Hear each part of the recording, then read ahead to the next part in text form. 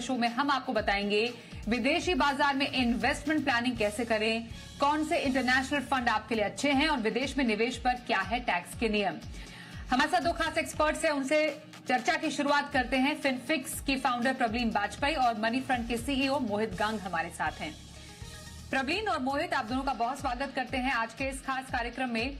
सबसे पहले जरा एक भूमिका बांधे, हम क्यों इंटरनेशनल इन्वेस्टमेंट की बात कर रहे हैं। अभी एक बहुत ही मेजर इंटरनेशनल इवेंट पूरा हुआ है जिसको हम यूएस इलेक्शंस कहते हैं, जिसकी काफी समय से जिस पर लोगों की निगाहें थी और जैसा कि लग रहा था बिल्कुल वैसा ही हुआ। डोनाल्ड ट्रंप एक बार फिर से अमेरिका के बॉस बनकर आए और अमेरिकी बाजार में जो होता है उसका असर डेफिनेटली बाकी सभी मार्केट्स पर पड़ता है। सबसे पहले प्रबलीन जरा बताइए कि ये ट्रंप की विक्ट्री का इंटरनेशनल मार्केट पर कैसा असर है। नमस्कार Swati, absolutely one of the most historic events कल हमने देखा है जो यूएस के इलेक्शन रिजल्ट्स निकले हैं एंड मार्केट्स ने बहुत वार्म वेलकम दिया है डोनाल्ड ट्रंप की प्रेसिडेंसी को। हमने देखा कि डाउ जोन्स से लेके नास्डैक कंपोजिट एंड S&P 500 जो मेन वहां के बेंचमार्क इंडिसेस हैं, सब में कल काफी उछाल आया। 2.5 से 3.5% का सिंगल डे राइज हुआ है एंड जिसमें से डाउ एंड S&P 500 ने इतना बड़ा उछाल मेरे ख्याल से नवंबर 2022 के बाद पहला देखा है। इनफैक्ट कुछ ऐसे सेक्टर्स हैं जैसे बैंकिंग हो गया और फाइनेंशियल सर्विसेज हो गया, वहां पे 8 to 10% का सिंगल डे राइज हुआ है। कल बैंक इंडेक्स यूएस का 10.68% से ऊपर गया है Swati. So definitely certain sectors वहां पे बहुत ज्यादा ऑप्टिमिज्म कल देखने को मिला। स्मॉल कैप्स में अगर आप देखें तो भी करीबन 6% राइज थी रसल 200 इंडेक्स में। और इस चीज का कारण ये है कि जो मार्केट्स हैं वो थोड़ी इजियर रेगुलेशंस देख रही हैं, लोअर टैक्सेस को आई कर रही हैं और जो इम्पोर्ट टैरिफ से लगने से प्रोबेबली उनको डोमेस्टिक इकोनॉमी को हेल्प हो सकता है, उसको फैक्टर इन किया जा रहा है। जो वोलेटिलिटी को गेज करता है और आपके फियर को गेज करता है एक इंडेक्स मार्केट का, जिसको हम CBOE जो वोलेटिलिटी इंडेक्स है, fear gauge for the wall street, वो भी कल 6 वीक के लो पे था। तो ओवरऑल काफी ऑप्टिमिज्म एंड पॉजिटिविटी रही। But at the same time real estate जैसे सेक्टर्स जो इंटरेस्ट रेट सेंसिटिव सेक्टर्स हैं, वहां पे हमने थोड़ी गिरावट देखी। और मेरे ख्याल से अब जो पूरा फोकस है वो इलेक्शन से उठकर कहीं ना कहीं फेडरल रिजर्व पे आ जाएगा, बिकॉज डोनाल्ड ट्रंप की प्रेसिडेंसी में ऐसा माना जा रहा है कि इन्फ्लेशन शायद थोड़ी हाई रहेगी। और ऐसे टाइम पे जब फेडरल रिजर्व ने बड़ी मुश्किल से इन्फ्लेशन को कंटेन किया है और वो इंटरेस्ट रेट कट्स की तरफ बढ़ना शुरू हो रहे हैं, इनफैक्ट 7 तारीख को आज उनकी अपनी मीट भी है, तो शायद आगे जो इंटरेस्ट रेट्स में कटौती हो सकती थी उस पर थोड़ी सी ब्रेक सप्लाई हो या उसकी रफ्तार धीरे हो जाए। बिल्कुल, तो इंटरनेशनल बाजार में काफी जो है इम्पोर्टेंट इवेंट्स हम देखेंगे और इसका इम्पैक्ट और असर बढ़ सकता है भारतीय बाजारों में भी। क्या पर यह मौका है इंटरनेशनल मार्केट्स में इन्वेस्टमेंट का, विदेशी बाजार में निवेश के मौके मोहित ऐसे समय में आपको लग रहे हैं? जी स्वाति, तो देखिए आई थिंक जिस तरह से ट्रम्प 2.0 का आगमन हुआ है वो बहुत ही मजबूत तरीके से एक वापस उभर कर अमेरिकी राजनीति में वापस आए हैं। और अगर आप देखें तो इन्होंने इस बार पॉपुलर वोट भी जीते हैं और इन्होंने सीट्स भी जीती हैं। तो दोनों ही तरीके से ट्रम्प का जो आगमन हुआ है बहुत ही स्ट्रांग तरीके से हुआ है। तो यहाँ पर जो यूएस इकोनॉमी से सिग्नल आते हैं वो बहुत स्ट्रांग आते हैं। और जैसा प्रबलीन ने बहुत अच्छी तरह से समझाया कि सभी मार्केट्स कल बहुत ऊपर बंद हुए और ट्रम्प के आने से जो ट्रम्प ट्रेड जिसे हम बोलते हैं, काफी हद तक चांसेस ये है स्वाति कि इंटरेस्ट रेट्स कल अगर आप देखें तो यूएस 10 ईयर यील्ड जो था वो थोड़ा ऊपर चला गया, बिकॉज लोगों को लगता है कि ट्रम्प जो है वो इन्फ्लेशन पर काफी मजबूती वाला रुख दिखाएंगे और शायद इस कारण से इंटरेस्ट रेट्स थोड़े ऊपर चले गए। डॉलर में और मजबूती देखने को मिली और सोने में गिरावट देखने को मिली। तो ये सारे जो इंडिकेटर्स थे ये एक तरह से ट्रम्प ट्रेड के इंडिकेटर हैं कि वो अमेरिकी अर्थव्यवस्था को एक बार वापस मजबूती की तरफ ले जाएंगे। तो ओवरऑल इक्विटी मार्केट्स के लिहाज से और पर से अमेरिका के लिहाज से ये बहुत अच्छा है। अब वैश्विक तरीके से अगर हम देखें तो इस पे भारतीय बाजारों पर इसका क्या असर होगा वो कहना थोड़ा सा मुश्किल है। पर अगर यूएस मार्केट मजबूत होते हैं स्वाति, तो काफी हद तक पैसा जो है वो ग्लोबली मूव करके वापस यूएस मार्केट की तरफ जाने लगता है। और पिछले 1 महीने से हम देख रहे हैं कि भारत में वैसे भी हम बहुत ज्यादा FII सेलिंग देख रहे हैं। तो यहाँ पर मुझे नहीं लगता कि ट्रंप के आने से आपको भारतीय बाजार में बहुत तेजी का माहौल देखने को मिलेगा। कुछ कुछ सेक्टर्स हैं, जैसा कि प्रबलीन ने भी कहा, फाइनेंशियल सर्विसेज और शायद आईटी, जो मुझे लगता है कि ये दो सेक्टर्स हैं जो थोड़ा सा बेनिफिट कर सकते हैं, बिकॉज यहाँ पर बहुत सारा एक्सपोर्ट जो है इंडिया का आईटी सर्विसेज का वो यूएस में जाता है, और अगर यूएस मजबूत होती है तो उसे बढ़ावा मिलेगा। बट ओवरऑल मार्केट के लिहाज से मैं देखूं तो थोड़ा सा ट्रिकी सिनेरियो है। यहाँ पर एफआईआई आउटफ्लो जो पहले से बहुत बड़ा बना हुआ है, वो हो सकता है कि ट्रंप के आने से और यूएस मार्केट की तेजी को देखते हुए एक बार फिर से यूएस का रुख अपना ले। हालांकि हमने कुछ हद तक करेक्शन देखा है, बट जो भारतीय निवेशक है उनके लिहाज से अगर मैं बोलूं तो आपकी जो अर्थव्यवस्था है वो तो चली रही है, बट थोड़ा सा डाइवर्सिफिकेशन अगर आप अपने पोर्टफोलियो का निकाल कर दूसरी इकोनॉमीज में भी करेंगे, और पर से यूएस मार्केट में, बिकॉज वर्ल्ड का सबसे बड़ा मार्केट है आज, अगर 100 ट्रिलियन का वर्ल्ड का मार्केट कैप है तो उसमें से यूएस कुछ अकेला ही 65 ट्रिलियन के आसपास है। तो इतनी बड़ी अर्थव्यवस्था को आप इग्नोर नहीं कर सकते। तो सारे निवेशक को ये चाहिए कि अपने पोर्टफोलियो में इंडियन एलोकेशन के साथ साथ एक यूएस एलोकेशन को भी जगह दें। स्ट्रेटेजिक तरीके से आपके पास में एक इंटरनेशनल डाइवर्सिफिकेशन होना ही चाहिए, ताकि आप इस तरह के माहौल को पूरी तरह से अपने पोर्टफोलियो में कैप्चर कर सकें और किसी भी एक कंट्री के रिस्क को थोड़ा सा हेज कर सकें। बिल्कुल। तो अभी अभी अभी घरेलू बाजार के साथ साथ जो विदेशी बाजार है उसमें भी आप निवेश के मौके तलाश सकते हैं, और एक सीमित एक्सपोजर के जरिए आप एक पोर्टफोलियो में डाइवर्सिफिकेशन भी पा सकते हैं। अब जरा समझते हैं कि ग्लोबल बाजार में निवेश करते कैसे हैं, तरीके क्या क्या है। प्रबलीन, जरा बताइए किन किन तरीकों के जरिए इन्वेस्टमेंट हो सकता है। हमें तो ये मालूम है कि म्यूचुअल फंड के जरिए यूजुअली हम बाजार में पैसे लगा सकते हैं, पर क्या भारत में रहते हुए एक डायरेक्ट स्टॉक में भी के जरिए भी इन्वेस्ट किया जा सकता है? जरा ये तरीका समझाइए। जी जी स्वाति, अगर हम म्यूचुअल फंड्स को अभी छोड़ दें और हम उसके अलावा जो हमारे पास रूट्स है उनकी चर्चा करें, तो उसमें हमारे पास direct investing in stocks as well as बाहर के म्यूचुअल फंड्स और ईटीएफ्स में करने की अपॉर्चुनिटी रहती है। और इसको करने के ब्रॉडली 3 तरीके हैं जो थोड़े इंटर रिलेटेड है, पर इन्वेस्टर्स के लिए 3 ऑप्शंस अवेलेबल हैं। सबसे पहला ऑप्शन हमारे पास ये हो जाता है कि आप इंडिया में एक ब्रोकरेज फर्म, अगर आप अपने स्टॉक्स के लिए यूज करते हैं तो आपका अकाउंट होगा किसी ब्रोकरेज फर्म के साथ। काफी सारी ब्रोकरेज फर्म्स बाहर की किसी एंटिटी के साथ टाई अप करती हैं और आपको अपॉर्चुनिटी देती हैं कि आप इंडियन ब्रोकरेज फर्म के उस टाई अप के द्वारा बाहर निवेश कर सकें। जैसे अगर हम आईसीआईसीआई सिक्योरिटीज की बात करें तो उनका टाई अप है बाहर के इंटरैक्टिव ब्रोकर्स के साथ। अगर हम एचडीएफसी सिक्योरिटीज की बात करें तो उन लोगों ने वेस्टेड करके एक प्लेटफॉर्म है जो फिनटेक प्लेटफॉर्म है, उनके साथ टाई अप किया हुआ है बाहर का एक्सपोजर देने के लिए। तो आपके लिए stocks, ETFs and mutual funds बाहर की और बहुत सारे ऑप्शंस खुल जाते हैं। सेकंड जो हमारे पास ऑप्शन है वो है through a lot of fintech platforms जो कि रजिस्टर्ड होते हैं मोस्टली एसईसी के साथ एज एन इन्वेस्टमेंट एडवाइजर। जैसे इंडिया में सेबी जैसी एंटिटीज हैं, एम्फी जैसी एंटिटीज हैं।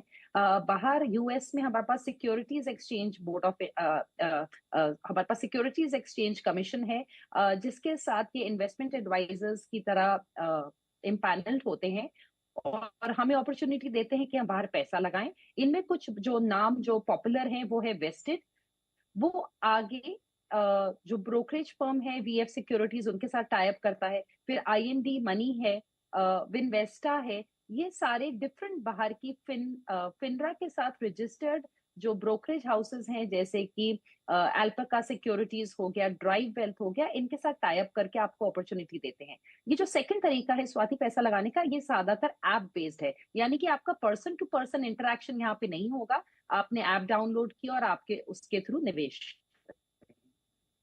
एंड जो हमारे पास थर्ड तरीका है वो है कि आप डायरेक्ट यूएस बेस्ड किसी ब्रोकरेज फर्म के पास जाएं और अपना अकाउंट खोलें। बाहर की कुछ ब्रोकरेज फर्म्स हैं जैसे कि टीडी एमरी ट्रेड हो गई, देन इंटरैक्टिव ब्रोकर्स हो गए। वो ग्लोबली जो निवेशक हैं, इन्वेस्टर्स हैं जो यूएस के बाहर हैं, उनके अकाउंट्स खोलते हैं और उसके द्वारा इन्वेस्टमेंट किया जाता है।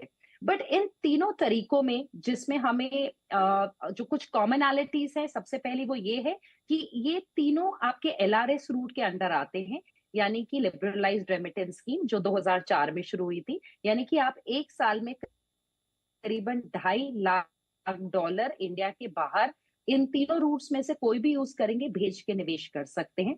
पर इन तीनों पे आपका टैक्स कलेक्शन एट सोर्स हो जाएगा अगर आपने 7 लाख से ज्यादा निवेश बाहर डाला तो। एंड इसमें आपको बाहर का एक बैंक अकाउंट खोलना होगा एंड आपको वायर ट्रांसफर करके बाहर अपना पैसा भेजना होगा। एंड एलआरएस के अंतर्गत जितने फॉर्म्स होते हैं, जैसे A2 फॉर्म हो गया, डिक्लेरेशन फॉर्म्स हो गए, पर्पस कोड हो गए, उस तरीके की चीजें भरते हुए आप एक्सपोजर ले सकते हैं यूएस मार्केट्स का, और अपने मन चाहे स्टॉक्स और ईटीएफ्स या म्यूचुअल फंड्स में बाहर निवेश कर सकते हैं। ओके, तो क्या कौन कौन से जो दस्तावेज जरूरी हैं ये बताए प्रबलीन ने, एक बार रिपीट कर दें। बेसिकली आप जो पैन है, आधार है, पासपोर्ट की कॉपी है, क्योंकि आप डेफिनेटली बाहर इन्वेस्ट करें तो आपको ये तमाम डॉक्यूमेंट्स की जरूरत होगी। जो विदेशी बाजार में दस्तावेज जरूरी हम बता रहे हैं आपको, और एक वायर ट्रांसफर आपको करना होगा, जो यूजुअली जब आप विदेश पैसा भेजते हैं उस टाइम पे आपको जरूरत होती है। और एलआरएस जो कि लिबरलाइज्ड रेमिटेंस स्कीम है जिसकी बात हो रही है, उसके तहत फॉर्म A2 होता है। वो डिटेल्स भी हम आपको दिखाने वाले हैं। फॉर्म A2 होता है, डिक्लेरेशन फॉर्म भी है, उसको आपको भरना होता है। और एक W8BEN फॉर्म है, वो भरना होगा। डेफिनेटली आप जब आप इसके बारे में जानेंगे और उसको भरने जाएंगे तो ये डिटेल्स आपको वहां पर मिल जाएगी। तो ये तो डायरेक्ट स्टॉक की बात हुई। अच्छे से बताया आपको प्रबलीन ने कि कैसे आप डाल सकते हैं विदेशी बाजार में पैसा। अब जरा म्यूचुअल फंड रूट की तरफ आ जाते हैं, और मैं मोहित आपसे जानना चाहती हूँ, म्यूचुअल फंड रूट के जरिए पैसा जो है वो अंतर्राष्ट्रीय बाजार में लगाने के कितने तरीके हैं? जी स्वाति, तो देखिए प्रबलीन ने बहुत खूबसूरती से पूरे प्रोसेस को समझाया है। यहाँ पर आपको ये जानना होगा कि एलआरएस के थ्रू जब आप पैसा बाहर भेजते हैं तो आप अक्सर वो जो इन्वेस्टमेंट है वो टिपिकली आप अगर बहुत ज़्यादा पैसा किसी कारण से बाहर रखना चाहते हैं, देश के बाहर रखना चाहते हैं, या फिर आपके बच्चे बाहर पढ़ने के लिए जाने वाले हैं, या फिर अगर आपका कोई बिजनेस इंटरेस्ट है, या अगर आप कुछ बाहर सेटल होना चाहते हैं, तभी मुझे लगता है कि वो रूट आपके लायक है। अन्यथा अगर कोई नॉर्मल रिटेल इन्वेस्टर है स्वाति, जिसे कि पैसा बाहर के मार्केट्स में लगाना है, तो मुझे लगता है कि एलआरएस का जो ये रूट है ये थोड़ा कम्बरसम है। इसके जो टैक्स के मायने हैं वो भी थोड़े कॉम्प्लिकेटेड हो जाते हैं अगर आप वापस पैसा लेकर अंदर आना चाहें, देश के अंदर पैसा को वापस लेना चाहें तो इन सब से बचने के लिए सबसे आसान और सबसे सरल उपाय यही है कि आप म्यूचुअल फंड का रास्ता चुनें। डोमेस्टिक म्यूचुअल फंड जो है भारत में अवेलेबल है। यहाँ पर आपको चाहे कैसी भी अंतर्राष्ट्रीय थीम चाहिए, चाहे आपको यूएस मार्केट में एक्सपोजर चाहिए, चाइनीज मार्केट में एक्सपोजर चाहिए, साउथ एशियन इकोनॉमीज में एक्सपोजर चाहिए, या फिर कहीं और वर्ल्ड की एडवांस्ड इकोनॉमीज में चाहिए, यूरोपियन मार्केट में चाहिए, सब तरह के अंतर्राष्ट्रीय फंड आपके पास में अवेलेबल है। इसके अंदर में भी 2-3 तरीके के फंड होते हैं। एक वो फंड होता है जो कि सीधा बाहर के स्टॉक डायरेक्टली खरीदते हैं अपने पोर्टफोलियो में। दूसरा वो होता है जो कि बाहर के किसी अंतर्राष्ट्रीय ईटीएफ में सीधा पैसा डालता है। एंड तीसरा वो जो किसी ईटीएफ के बेसिस पर यहाँ पर एक एफओएफ चलाता है, यानी फंड ऑफ फंड चलाता है। तीनों ही व्हीकल अवेलेबल है। हालांकि अभी ये जानना होगा कि आरबीआई की एक स्टिपुलेटेड लिमिट थी म्यूचुअल फंड इंडस्ट्री के लिए, जो कि पूरी तरह से फुल हो चुकी है। और फिलहाल बहुत सारे फंड्स ऐसे हैं जो कि आपका अंतर्राष्ट्रीय निवेश जो है वो अभी एक्सेप्ट नहीं कर रहे हैं। कुछ कुछ फंड्स अवेलेबल हैं जहां पर लिमिट्स अभी ओपन है। वो मेनली वैसे फंड्स हैं जो कि डायरेक्टली बाहर के स्टॉक्स में निवेश कर रहे हैं और किसी ईटीएफ के थ्रू निवेश नहीं कर रहे हैं, बिकॉज ईटीएफ की जो लिमिट थी वो पूरी हो चुकी है। पर यहाँ पर निवेशकों को ये जानना आवश्यक है कि सारे ही ऑप्शंस आपके पास में अवेलेबल हैं। आप इसमें से किसी का भी चुनाव कर सकते हैं, और आपको जिस तरह का निवेश करना है अंतर्राष्ट्रीय मार्केट में उस तरह के थीम्स भी आजकल अवेलेबल है। इनफैक्ट और बहुत सारे लॉन्चेस आ सकते थे मार्केट में, but because of this limit काफी सारे लॉन्चेस अभी फिलहाल के टाइम में हमने देखे नहीं है जो कि अंतर्राष्ट्रीय फंड या इंटरनेशनल एक्सपोजर के ऊपर आ रहे हैं। Okay, absolutely. तो ये हम म्यूचुअल फंड के जरिए जो रूट है विदेशी बाजार में इन्वेस्टमेंट का वो समझा। एक्टिव फंड हो गया, पैसिव फंड हो गया, फंड ऑफ फंड्स है, ईटीएफ के जरिए आप इन्वेस्ट कर सकते हैं। तो कौन से ऐसे फंड्स हैं जिसमें आप इन्वेस्ट करें और आपको एक्सपोजर मिलेगा बाहर के, मतलब अंतर्राष्ट्रीय बाजार में इन्वेस्टमेंट का? ये फंड भी जानेंगे, हमारे दोनों एक्सपर्ट्स की राय क्या रहने वाली है उस पर चर्चा करेंगे थोड़ी देर में। बने रहिए हमारे साथ।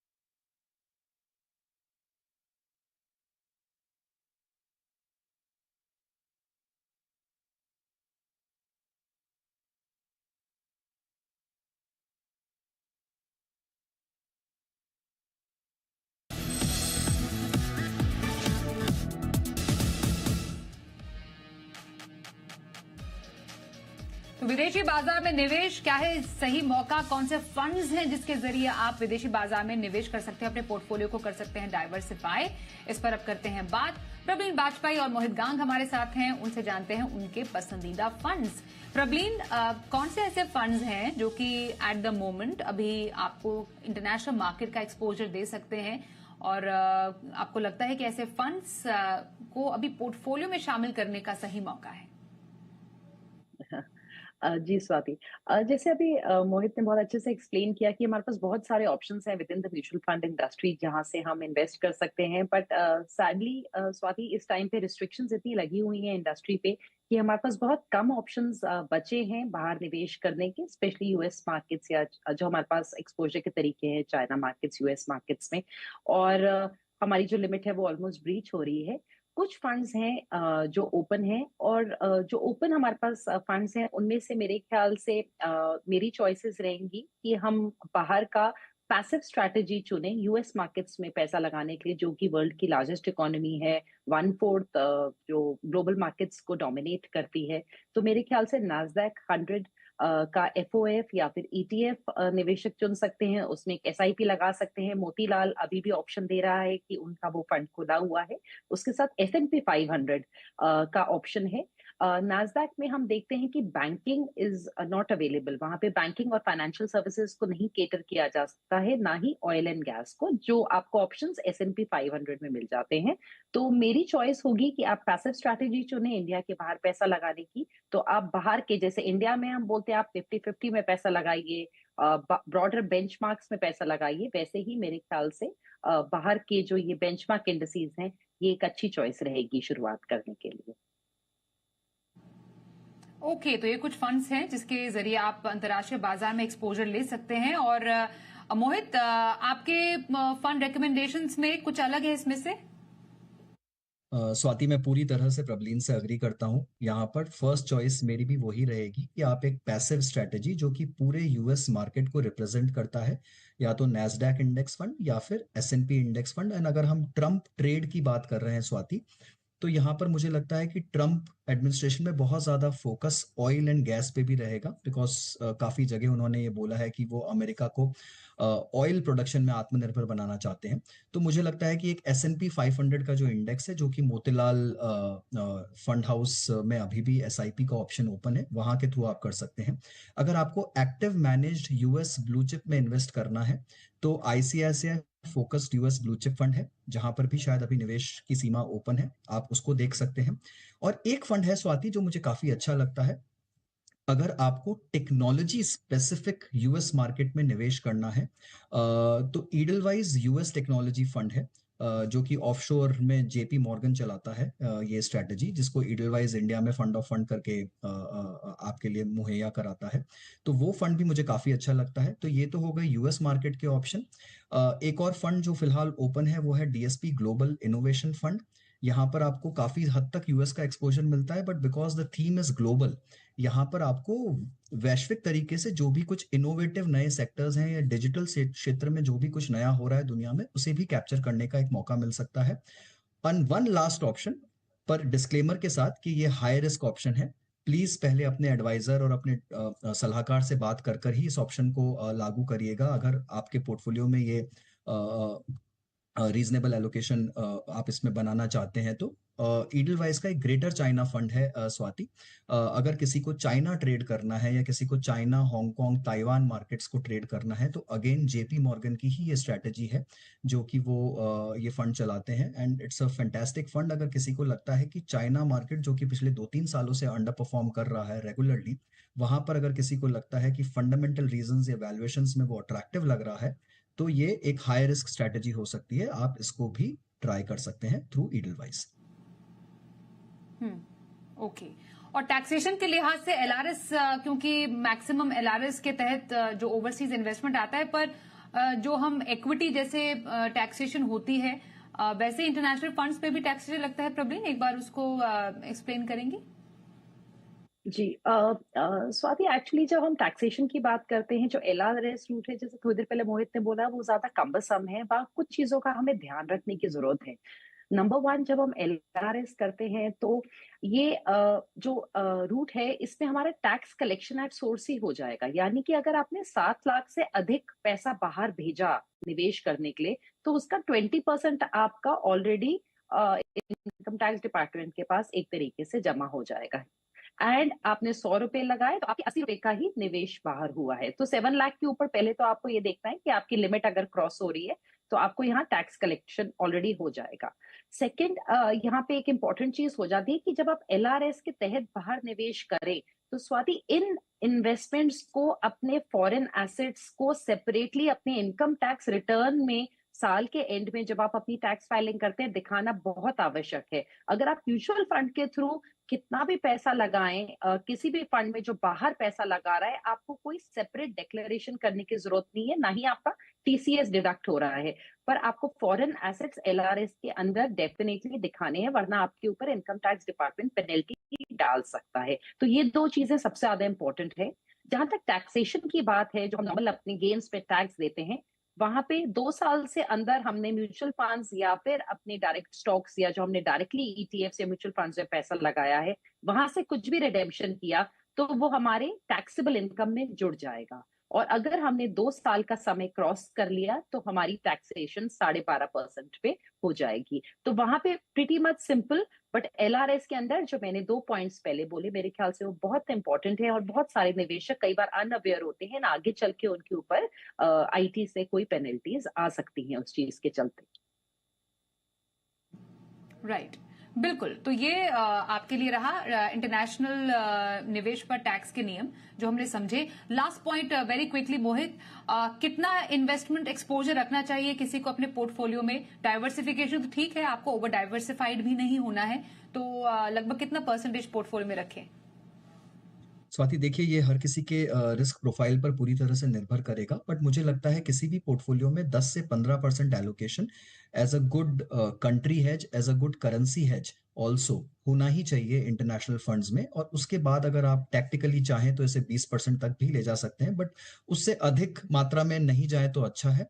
और 10% से कम होना भी मुझे लगता है किसी पोर्टफोलियो में पर्याप्त डाइवर्सिफिकेशन नहीं होगा, तो उतना एलोकेशन तो डेफिनेटली बनता है कि आप किसी इंटरनेशनल थीम में जरूर करें।